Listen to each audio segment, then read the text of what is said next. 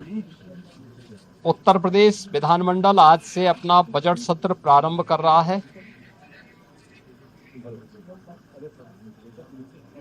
और जो संसदीय परंपराएं हैं उसके अनुरूप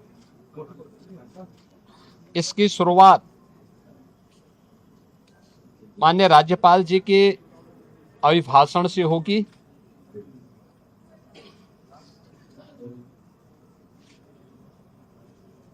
बजट सत्र में दो महत्वपूर्ण एजेंडे होते हैं। एक माननीय राज्यपाल जी का अभिभाषण और दूसरा सामान्य बजट। माननीय राज्यपाल जी का अभिभाषण वह सरकार की उपलब्धियों और भारी कार्य योजना का सरकार का अपना एक दस्तावेज होता है, जिसे राज्यपाल जी के माध्यम से सदन के माध्यम से पूरे प्रदेश के जनता जनार्दन को समर्पित किया जाता है और यह सभी माननीय सदस्य फिर उस पर चर्चा करते हैं। ये सभी कार्रवाई को आज माननीय राज्यपाल जी के द्वारा अपना अभिभाषण समेत सदन को संबोधन के माध्यम से यहां दिया जाएगा। दूसरा सामान्य बजट 11 फरवरी को वर्ष 26-27 का सामान्य बजट प्रस्तुत होगा और फिर इस पे चर्चा होगी। फिर अंत में अनुदान मांगों को पारित करने के साथ ही बजट सत्र जो आज 9 फरवरी से लेकर के 20 फरवरी तक चलेगा, यह बजट सत्र का एक कार्यक्रम हम लोग लेकर के आए हैं। आज माननीय राज्यपाल जी के भाषण के बाद जब अभिभाषण सदन के पटल पे रखा जाएगा, उसके तुरंत बाद उत्तर प्रदेश का आर्थिक सर्वेक्षण भी सदन में प्रस्तुत होगा। ये पहली बार कोई राज्य सरकार अपनी आर्थिक उपलब्धियों को लेकर के, क्योंकि जब हम लोग इस बात का उल्लेख करते हैं कि हम लोगों ने यूपी के बीमारू पन से इसको उभार करके भारत की इकोनॉमी के ब्रेक थ्रू के रूप में उत्तर प्रदेश को स्थापित किया है, उन सभी कारकों को और उत्तर प्रदेश की इस आर्थिक उन्नयन की इस यात्रा को भी जानने का अधिकार सभी माननीय जनप्रतिनिधियों को और उत्तर प्रदेश की जनता जनार्दन को होना चाहिए।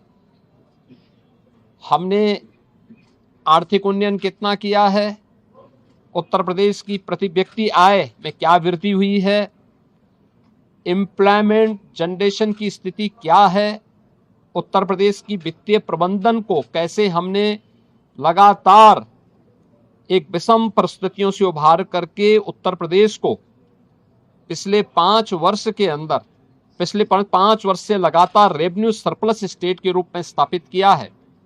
इन सब को लेकर के आर्थिक सर्वेक्षण की रिपोर्ट भी आज सदन में प्रस्तुत होगी और मुझे लगता है कि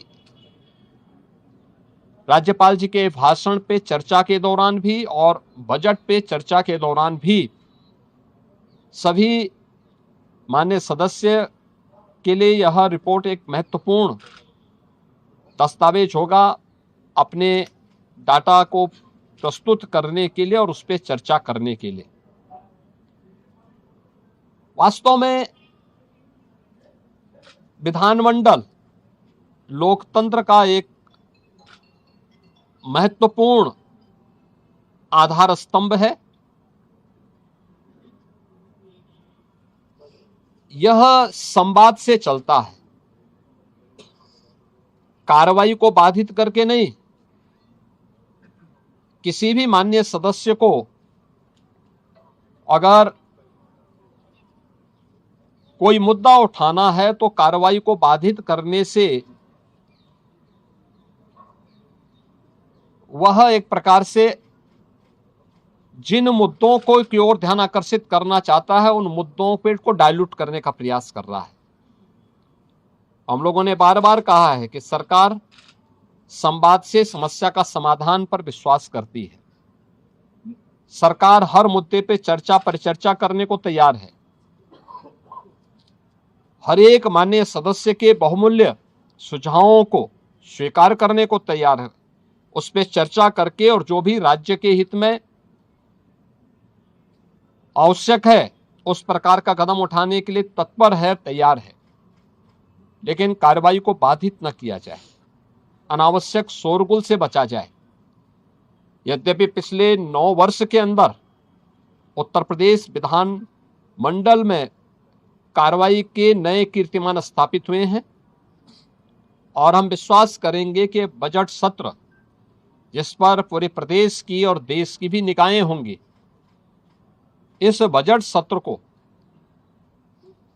इन 2 महत्वपूर्ण सरकारी कार्यों के साथ ही तमाम प्रकार के विधायी कार्यों को माननीय सदस्यों के अपने महत्वपूर्ण मुद्दों को भी उठाने का एक मंच बनेगा।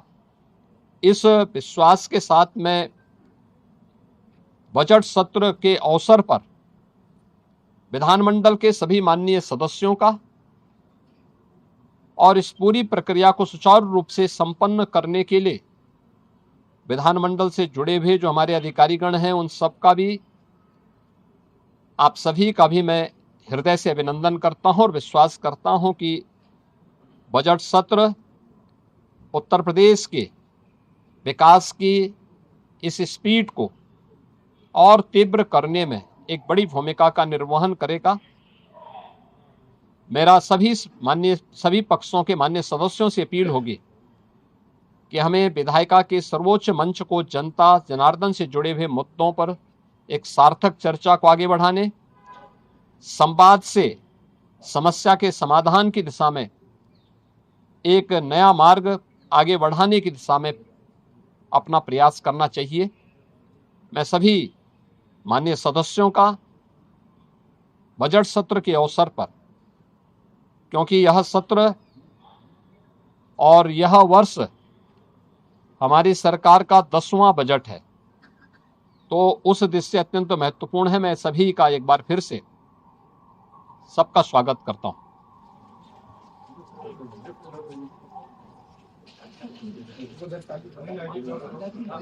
वेद सदन में देने की कृपा करें माननीय राज्यपाल।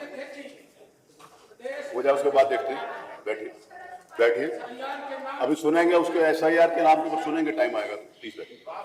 अभी महामहिम श्री राज्यपाल जी का हो जाए, सबके ऊपर चर्चा करें, सब पर करेंगे। कोई बहानेबाजी नहीं करिए, सब पर करेंगे। अब कोई बहानेबाजी नहीं करो, सबके ऊपर करेंगे। माननीय सदस्यगण, उत्तर प्रदेश राज्य विधानमंडल के वर्ष 2026 के प्रथम सत्र हेतु आहूत दोनों सदनों के समवेत अधिवेशन में आप सभी का हार्दिक स्वागत है। आप सभी को इसी साल 2026 की शुभकामनाएं। मैं यह कामना करती हूँ कि यह वर्ष आपके व समस्त प्रदेशवासियों के लिए सुख, शांति, समृद्धि व संपन्नता से परिपूर्ण हो। मेरी सरकार प्रदेश की आर्थिक समृद्धि, युवाओं के लिए रोजगार एवं उद्यमी, अन्नदाता किसानों की खुशहाली, महिलाओं की आत्मनिर्भरता सहित प्रत्येक नागरिक के सुरक्षित व सम्मानजनक जीवन को सर्वोच्च प्राथमिकता देते हुए कार्य कर रही है। मेरी सरकार समस्या को समाधान तक पहुंचाने में विश्वास रखती है। इस राह पर आगे बढ़ते हुए उत्तर प्रदेश को बॉटलनेक स्टेट से ब्रेक थ्रू स्टेट के तौर पर स्थापित करने में सफलता मिली। सबका साथ सबका विकास के संकल्प के साथ प्रदेश में लगभग 6 करोड़ लोगों को बहुआयामी गरीबी से ऊपर उठाया गया। राष्ट्रपिता महात्मा गांधी तथा संविधान शिल्पी बाबा साहब अम्बेडकर के सपनों के अनुरूप मेरी सरकार जीरो पॉवर्टी के लक्ष्य को केंद्र रखकर वर्ष 2026 को अंत्योदय, सामाजिक न्याय और सर्वसमावेशी लोक कल्याण का सशक्त प्रतीक बनाने के लिए उपयुक्त है। विकसित उत्तर प्रदेश 2047 की परिकल्पना को साकार करने दृढ़ संकल्प के साथ मेरी सरकार आगे बढ़ रही है। मुझे प्रसन्नता है कि विकसित भारत, विकसित उत्तर प्रदेश 2047 विजन डॉक्यूमेंट तैयार करने के लिए राज्य विधानमंडल में अत्यंत उपयोगी चर्चा की। मार्च 2017 के बाद उत्तर प्रदेश के सुशासन, सुदृढ़ कानून व्यवस्था, आधारभूत ढांचे के विस्तार, निवेश, रोजगार सृजन और जल कल्याण इत्यादि क्षेत्रों में महत्वपूर्ण उपलब्धियां अर्जित की। उसने प्रदेश की भावी विकास यात्रा को सुदृढ़ आधार दिया। 21वीं सदी के भारत में उत्तर प्रदेश अपनी अलग पहचान बना रहा। इसकी शुरुआत उत्तर प्रदेश के स्थापना दिवस के आयोजन से साथ ही कर दी गई थी। प्रत्येक वर्ष इस अवसर पर कुछ नया करने का प्रयास किया जाता है जो प्रदेश की पहचान को विशिष्ट बनाए। इस वर्ष उत्तर प्रदेश दिवस पर सरदार वल्लभ भाई Patel employment and industrial zone का शुभारंभ किया तथा एक जिला एक व्यंजन योजना को लॉन्च किया गया।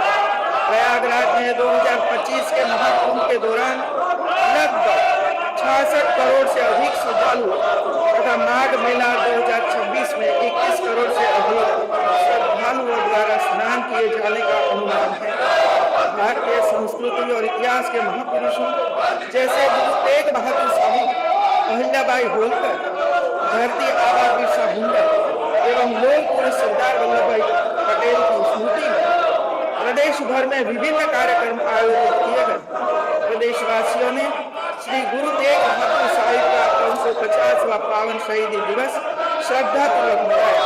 भगवान बिरसा मुंडा के 150 जयंती वर्ष उन्हें नमन किया। लोक पुरुष सरदार पटेल की 150वीं जयंती पर संपन्न कार्यक्रमों ने एक भारत श्रेष्ठ भारत के संकल्प को सुदृढ़ किया। अहिल्याबाई होलकर की प्रतिमा वाराणसी काशी विश्वनाथ मंदिर परिसर में स्थापित की। पुरैया मेडिकल कॉलेज का नाम पुण्य श्लोका अहिल्याबाई होलकर मेडिकल कॉलेज किया गया। भारत रत्न श्रद्धेय अटल बिहारी वाजपेयी जी के जन्म शताब्दी वर्ष के उपलक्ष्य में माननीय प्रधानमंत्री जी द्वारा लखनऊ में राष्ट्र प्रेरणा स्थल का लोकार्पण किया गया। राष्ट्र प्रेरणा स्थल राष्ट्र निर्माण के लिए समर्पित होने का संदेश देता है। वह स्थापित डॉक्टर श्यामा प्रसाद मुखर्जी, पंडित दीनदयाल उपाध्याय और पूर्व प्रधानमंत्री श्रद्धेय अटल बिहारी वाजपेयी प्रतिमाएं हमें नई ऊर्जा प्रदान करती है। मेरी सरकार की प्राथमिकताओं और मुख्य कार्यों का विस्तारवार ब्यौरा निम्नवत प्रस्तुत है। प्रदेश में कानून व्यवस्था की स्थिति को और बेहतर बनाने के लिए जीरो टॉलरेंस की नीति जारी है। नवंबर 2019 से अब तक माफियाओं के विरुद्ध माननीय न्यायालय ने विचाराधीन मुकदमों की प्रभावी पैरवी कर 35 माफिया व 94 अपराधियों कुल 129 को अलग अलग अभियोगों से आजीवन कारावास अथवा अन्य अवधि के कारावास व अन्य अर्थदंड से दंडित कराया गया। दो तो मृत्यु दंड की सजा हुई है तथा वर्ष 2070 से अब तक कुल 267 अपराधी मुठभेड़ में मारे गए अथवा 977 अभियुक्तों को राशि के अंतर्गत निरुद्ध किया गया। साथ ही माफिया अपराधियों से रुपया 4137 करोड़ रुपये से अधिक की अवैध रूप से अर्जित संपत्ति जल्द की जा चुकी है।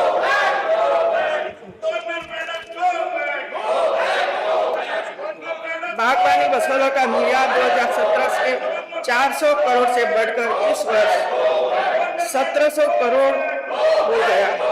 बागवानी फसलों से कृषकों की कुल आमदनी वर्ष 2070 के 41,000 करोड़ से बढ़कर इस वर्ष 1,25,000 करोड़ हो गई। प्रदेश में संचालित चीनी मिलों द्वारा 956,09,000 टन गन्ने की पेराई कर 92,45,000 टन चीनी का उत्पादन किया गया। पिपराइच, मुंडेरवा एवं रमाला नई चीनी मिलें स्थापित की गई तथा 44 से अधिक चीनी मिलों का आधुनिकीकरण किया गया, जिससे अब तक कुल 1,25,000 टीसीडी की अतिरिक्त पेराई क्षमता तथा 10 लाख से अधिक रोजगार का सृजन हुआ।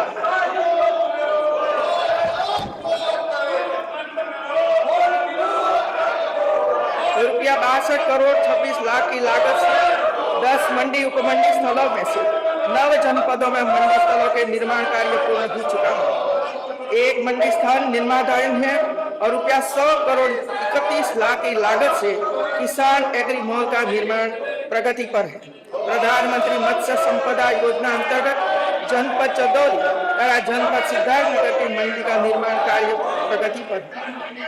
वर्तमान में प्रदेश में 89 कृषि विज्ञान केंद्र संचालित कृषि विश्वविद्यालय अयोध्या में रुपया 3 करोड़ 58 लाख से एग्री टूरिज्म सेंटर की स्थापना की जा चुकी है।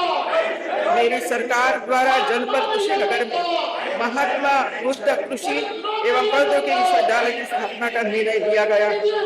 उक्त विश्वविद्यालय हेतु कुल 481 एकड़ भूमि निःशुल्क कृषि शिक्षा एवं अनुसंधान विभाग के पक्ष में हस्तांतरित की गई है। गला बैठ जाएगा, बंद करो।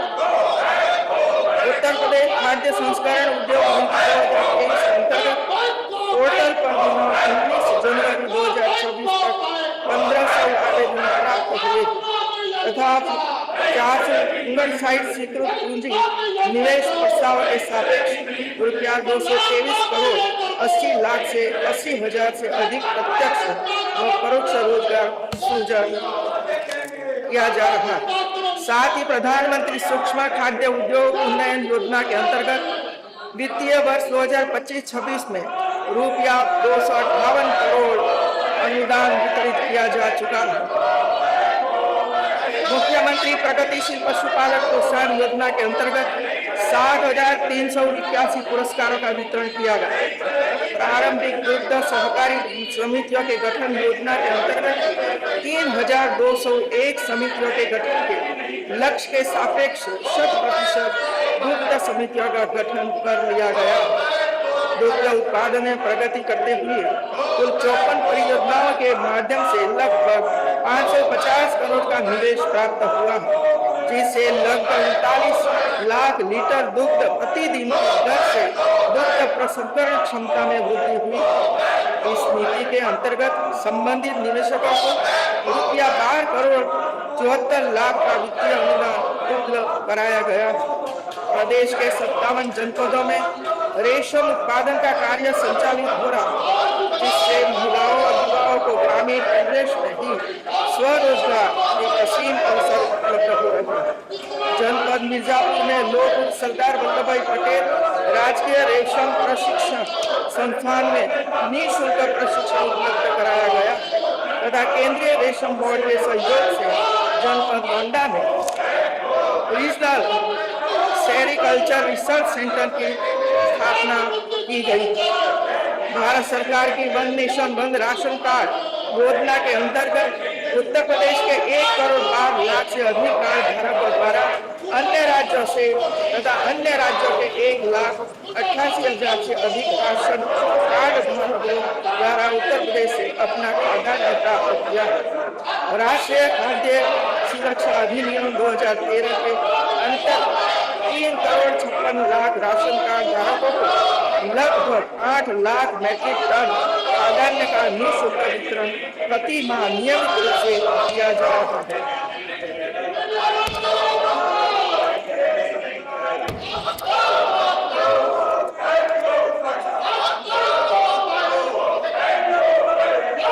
बेसिक शिक्षा के चतुर्मुखी विकास हेतु ऑपरेशन कायाकल्प के अंतर्गत विद्यालय में वर्ष 17-18 में संतृप्तिकरण का प्रतिशत 36 से बढ़कर 25-26 में 96% हो चुका है।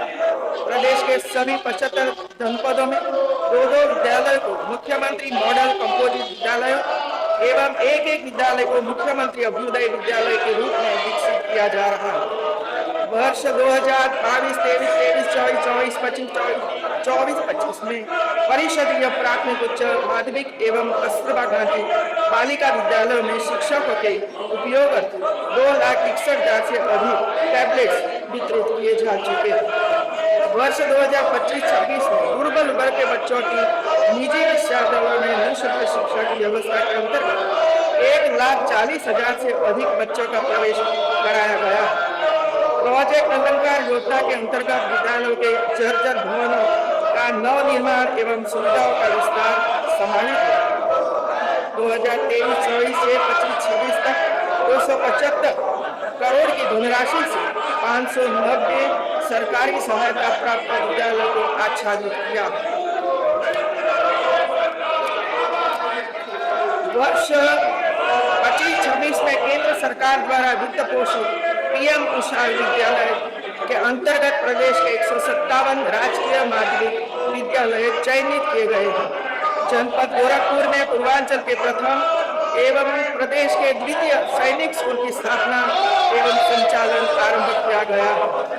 मिशन रोजगार के अंतर्गत राजकीय विद्यालय में 6,800 सहायक अध्यापक, 1,939 प्रवक्ता एवं 219 प्रधान आचार्य को सम्मिलित करते हुए अब तक कुल 8,966 पदों पर नियुक्ति की प्रक्रिया पूर्ण की जा चुकी है। तकनीकी शिक्षा हेतु 778 ICT लैब एवं 108 विद्यालयों में अटल टिकरिंग लैब स्थापित एवं क्रियाशील है। 1,236 राजकीय माध्यमिक विद्यालयों में स्मार्ट क्लास स्थापित किए जा चुके हैं। 2070 के पश्चात प्रदेश में 6 नए राज्य विश्वविद्यालय स्थापित किए गए, जिन्हें सम्मिलित करते हुए वर्तमान में प्रदेश में कुल 38 राज्य विश्वविद्यालय, 1 निम्न विश्वविद्यालय, 1 मुक्त विश्वविद्यालय, 52 निजी विश्वविद्यालय संचालित है। साथ ही प्रदेश में 71 नए राष्ट्रीय महाविद्यालय की स्थापना की गई है, जिसके पश्चात वर्तमान में 217 राजकीय महाविद्यालय संचालित है। उपरोक्त के अतिरिक्त इस वर्ष प्रदेश में काशी नरेश विश्वविद्यालय भदोही तथा स्वामी सुखदेवानंद विश्वविद्यालय शाहजहांपुर में 2 नए राज्य विश्वविद्यालय स्वीकृत किए गए। सत्र 25-26 से समस्त विश्वविद्यालय में छात्राओं का प्रवेश एवं शिक्षकों की पदोन्नति का कार्य समर्थ पोर्टल के माध्यम से संचालित है।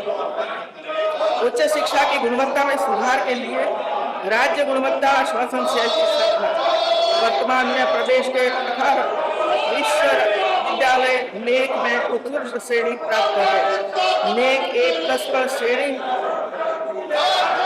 की विश्वविद्यालय की संख्या 2070 में 0 से बढ़कर 2025 में 9 हो चुकी है। 4 विश्वविद्यालय नेक 1+ श्रेणी में एवं 5 विश्वविद्यालय 1 श्रेणी की रैंकिंग प्राप्त है।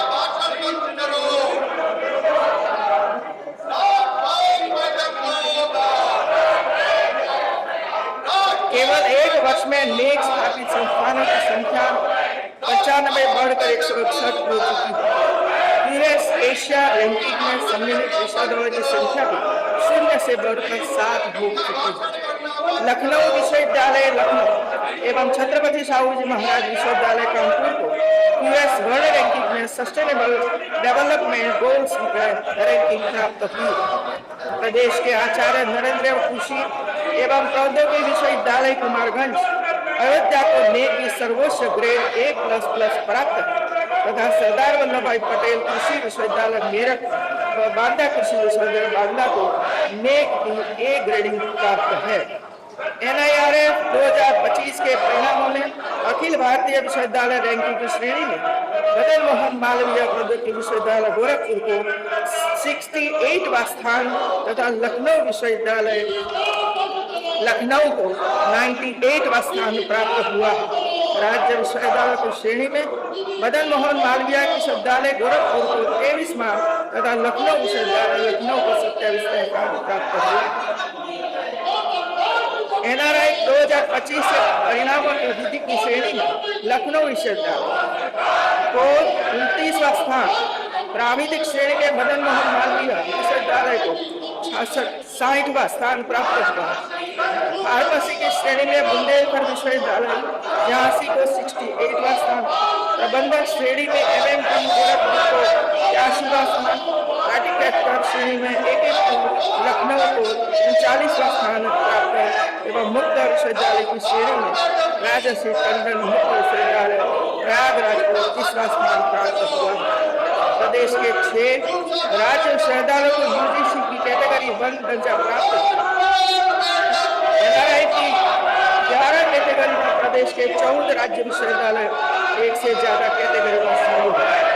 मदन मोहन मालवीय प्राविधिक विश्वविद्यालय गोरखपुर 2025 में पहली बार NRI रैंकिंग में 4 श्रेणी में प्राप्त हुआ और शीर्ष 100 स्थानों में अपनी उपस्थिति दर्ज कराई। प्रदेश में डिप्लोमा स्तरीय 195 संस्थाओं में प्रशिक्षण प्रदान किया जाए। साथ ही प्रदेश के 121 राजकीय पॉलिटेक्निक संस्थाओं में एक्सीलेंस सेंटर की स्थापना कराई जा चुकी है। इसके अतिरिक्त इन संस्थानों में दूसरे क्रम स्मार्ट क्लास रूम की स्थापना की जा चुकी है तथा 89 में लैंग्वेज लैब की स्थापना की जा चुकी है।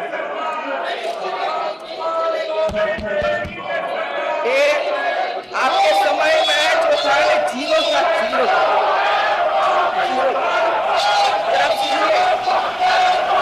5-7 साल की होली करना जो अभी जीरो परिणाम आने वाला है जो करना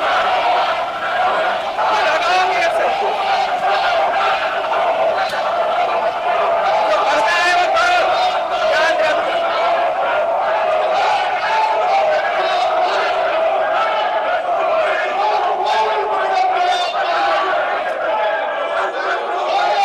प्रदेश की अर्थव्यवस्था को $1 ट्रिलियन के स्तर पर 2029-30 तक लाए जाने के लक्ष्य के क्रम में वित्तीय वर्ष 2025-26 में प्रदेश का सकल घरेलू उत्पादन अनुमानित प्रारंभिक गणना के अनुसार लगभग ₹36 लाख करोड़ की संभावना तथा गत वर्ष की तुलना में प्रदेश के सकल राज्य घरेलू उत्पाद में प्रचलित भावों पर 8.7% की वार्षिक वृद्धि परिलक्षित है।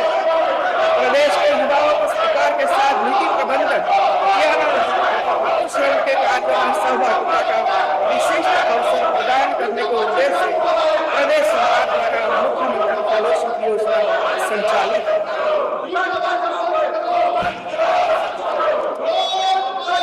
स्वामी विवेकानंद युवा सशक्तिकरण योजना के अंतर्गत 2 करोड़ टैबलेट स्मार्टफोन 5 वर्षों में निःशुल्क वितरण किए जाने का संकल्प लिया गया तथा 49,86,000 टैबलेट स्मार्टफोन अब तक वितरित किए जा चुके हैं।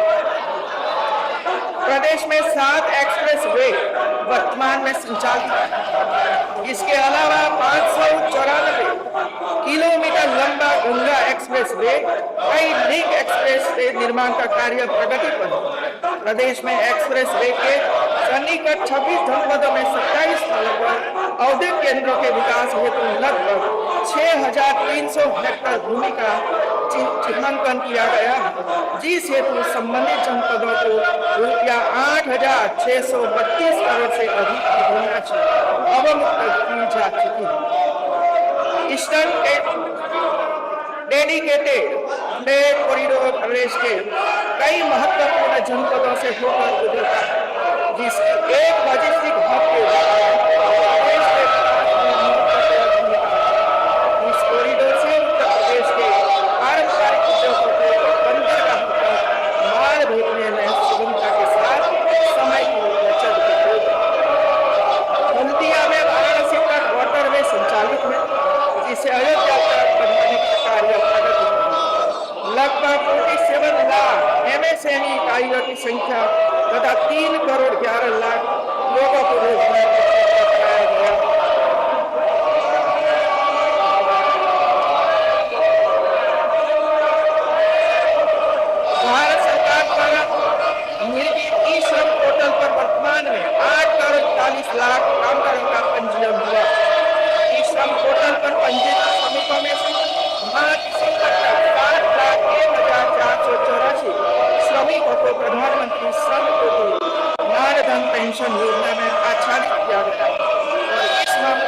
उत्तर प्रदेश देश में दूसरे स्थान पर है।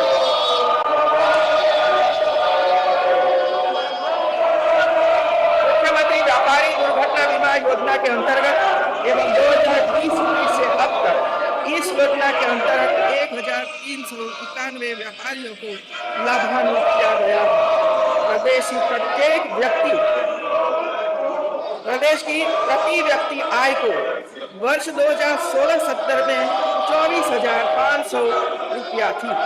वर्ष 2024-25 में बढ़कर 1,09,844 रुपये तथा वित्तीय वर्ष 2025-26 1,20,000 रुपये अनुमानित वित्तीय अनुशासन को बनाए रखने के हुए वित्तीय नीतियों के आधार पर आज उत्तर प्रदेश रेवेन्यू सरप्लस राज्य बन चुका है।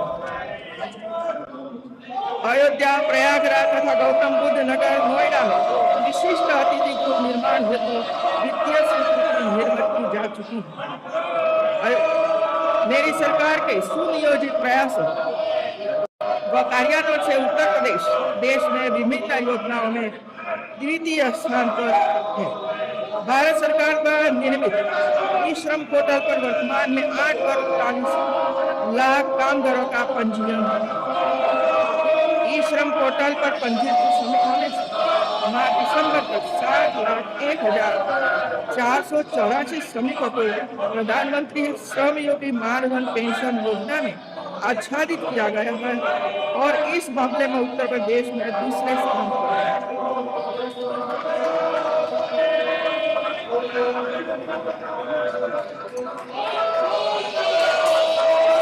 भारत सरकार महत्वाकांक्षी जनपद कार्यक्रम पूरे देश में 112 जनपदों द्वारा संचालित है, जिसमें प्रदेश के 8 जनपद सम्मिलित हैं। समग्र रूप से इस कार्यक्रम में देश के प्रथम 10 जनपदों की रैंकिंग की गई है, जिसमें उत्तर प्रदेश के जनपद बलरामपुर प्रथम तथा सिद्धार्थनगर द्वितीय स्थान पर आया। प्रधानमंत्री जन धन योजना के अंतर्गत प्रदेश 10,22,00,000 खातों के साथ देश में प्रथम स्थान पर है तथा वर्ष 2017 के सापेक्ष 5,76,00,000 खातों की वृद्धि हुई। प्रधानमंत्री सुरक्षा बीमा योजना के अंतर्गत अब 7,94,00,000 नामांकन के साथ उत्तर प्रदेश देश में प्रथम स्थान पर है। प्रधानमंत्री जीवन ज्योति बीमा योजना के अंतर्गत 2,92,00,000 नामांकन के साथ उत्तर प्रदेश देश में प्रथम स्थान पर है। पीएम सूर्यघर योजना